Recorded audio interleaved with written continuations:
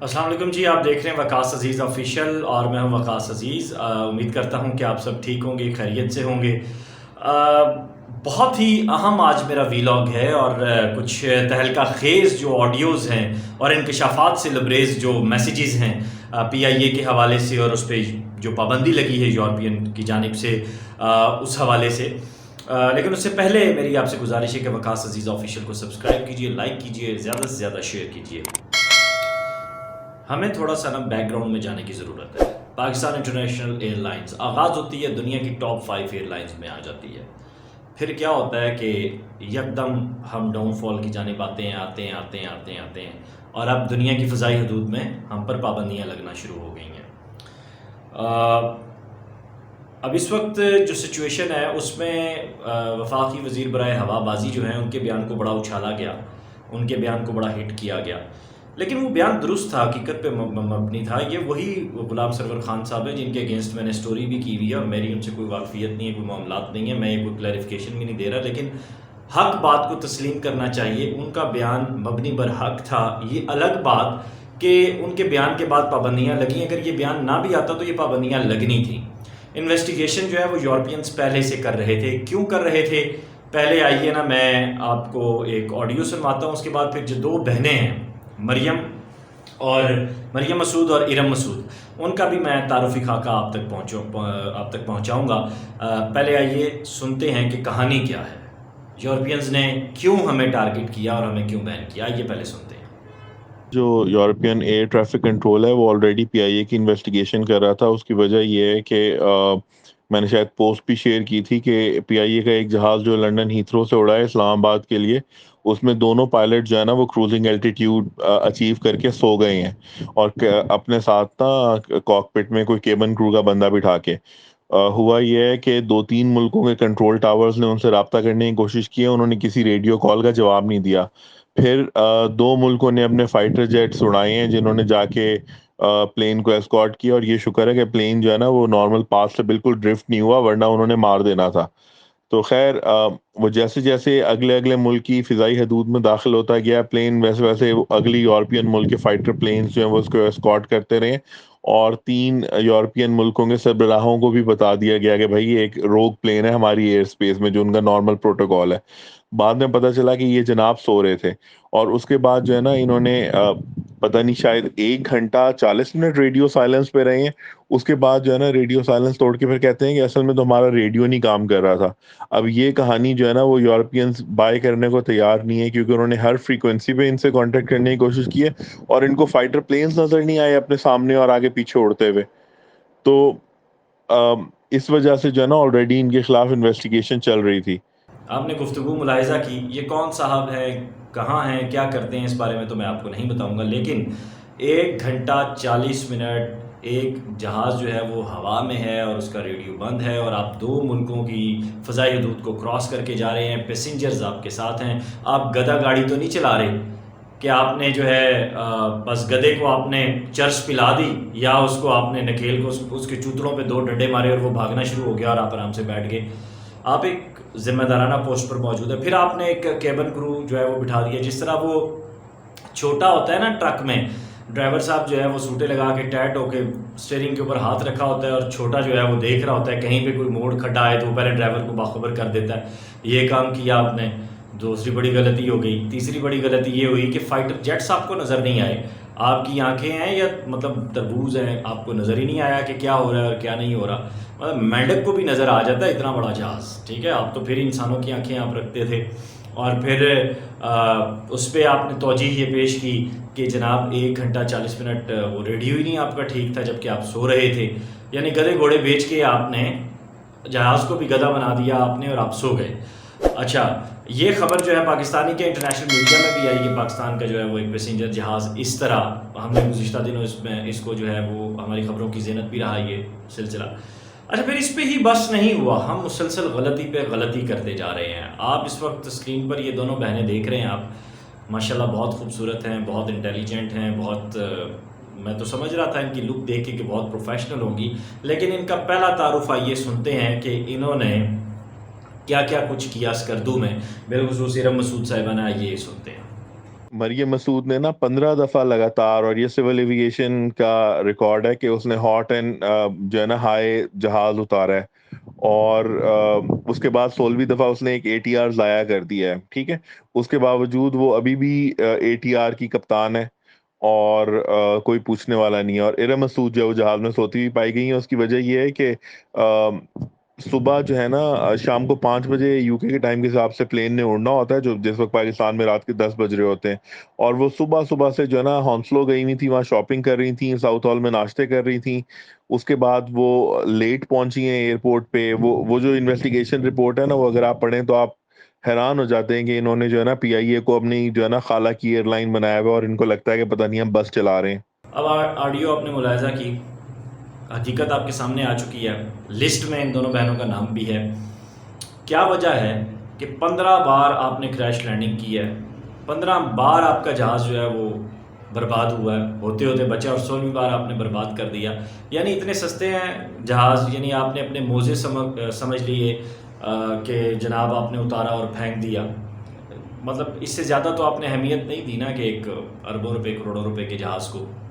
اور اس سے بڑھ کر اس میں جو لوگ بیٹھے ہوئے تھے، جو پیسنجرز بیٹھے ہوئے تھے، جن کی زندگیاں واپس نہیں آ سکتی تھیں، آپ نے ان کو بھی اہمیت نہیں دی. کیوں؟ آپ کو پرواہ ہی نہیں ہے.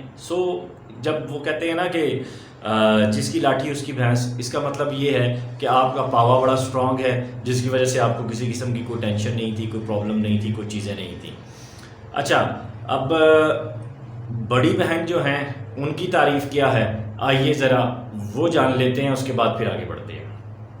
اس پلین میں جو کپتان صاحب تھے ان کا تو مجھے نام یاد نہیں ہے، لیکن جو اس میں وہ تھی فرسٹ آفیسر تھی، وہ وہی تھی ارم مسعود صاحبہ، جن کا آج کل نام آیا ہوا ہے نا جعلی. اس میں ان کی چھوٹی بہن جو ہے مریم مسعود، انہوں نے ATR اسکردو میں 15 دفعہ لگاتار جو ہے وہ بہت غلط ہائٹ سے اور بہت زیادہ تیز اتارا، اور 16ویں دفعہ انہوں نے اتنا برا اتارا کہ وہ جہاز کریش لینڈ ہوا اور وہ جہاز رائٹ آف ہو گیا. تو وہ جہاز ضائع کر چکی ہے ان کی چھوٹی بہن ایک دفعہ، اور وہ بڑی بہن جو ہیں وہ جہاز میں سوتی ہوئی پائی گئی تھی.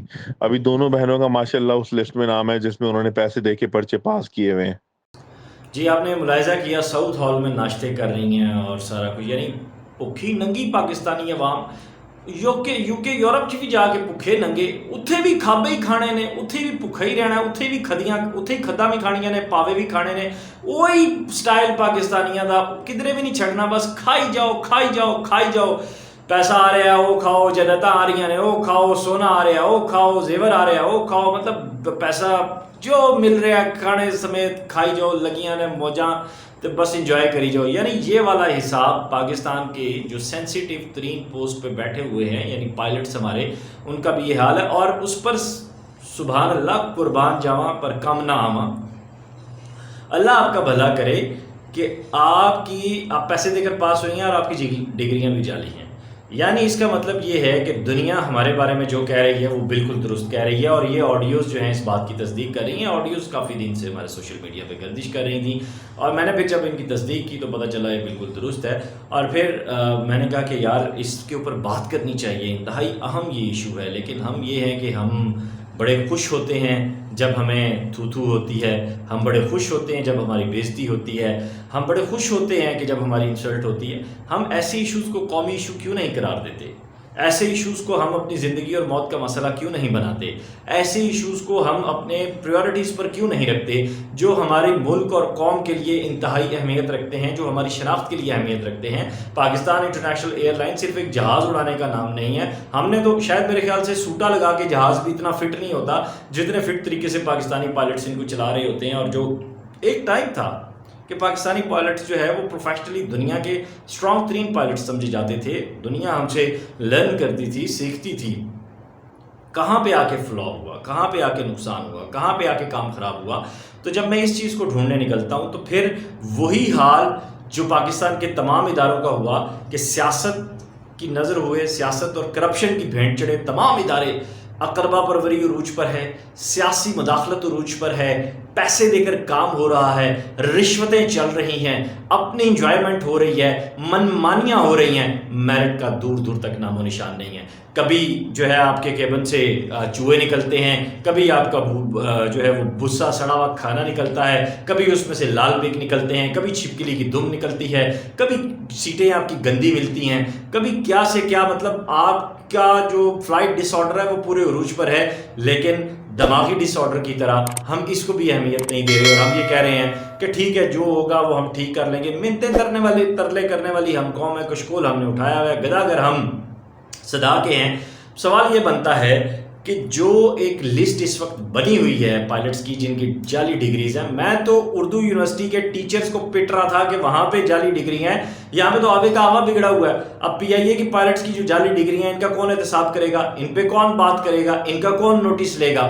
کیا کوئی ہے چیف جسٹس آف پاکستان اس پہ سوموٹو کب لیں گے؟ مجھے اس چیز کا انتظار ہے، مجھے اس چیز کا انتظار ہے کہ وزیر اعظم عمران خان اس کا از خود نوٹس کب لیں گے اور اس سارے معاملے کی خود تحقیق کیسے کریں گے، اس کی تفتیش کیسے کریں گے۔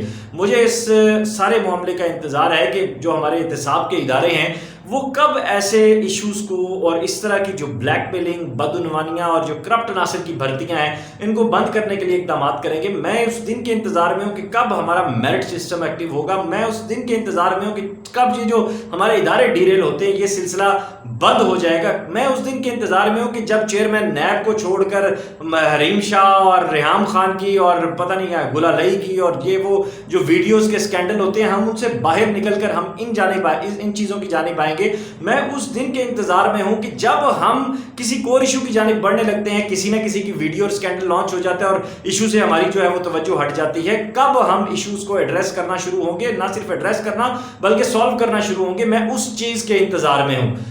میرے خیال سے اگر یہی صورتحال رہی، کیونکہ دیکھیں ٹاپ ٹو باٹم ہم آتے ہیں، ہر جگہ کرپشن ہے، ہر جگہ دو نمبری ہے، ہر جگہ بغیرتی ہے، ہر جگہ احتساب کا کوئی دور دور تک نام و نشان نہیں ہے۔ آخر کیوں؟ مملکت خدا داد ہے، ہمارے پاس آئین موجود ہے، ہمارے پاس پارلیمنٹ موجود ہے، کیا امپلیمنٹیشن نہیں ہو سکتی ان ساری چیزوں کی؟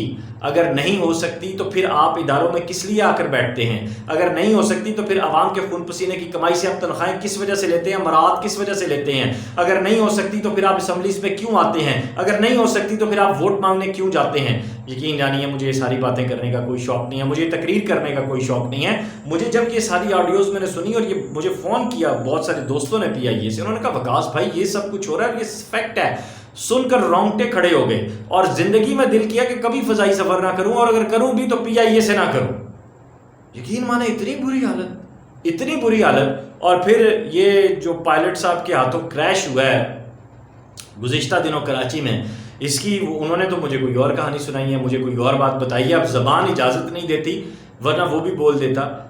اب اس سارے ویلاگ کا، ان ساری چیزوں کو سامنے لانے کا مقصد یہ تھا کہ جن لوگوں تک یہ آڈیوز نہیں پہنچی تھیں، یہ کہانی نہیں پہنچی تھی، پلیز اس کو فالو کیجئے اور اس سارے معاملے کو میرٹ کی بیس پہ اور قومی ایشو سمجھ کر اس کو سالو کیجئے۔ میں امید کرتا ہوں کہ آئندہ آنے والے دنوں میں میرے ملک کے جو عوام ہیں ان کی جانوں سے اس طرح نہیں کھیلا جائے گا۔ اپنا خیال رکھیے گا، خدا حافظ۔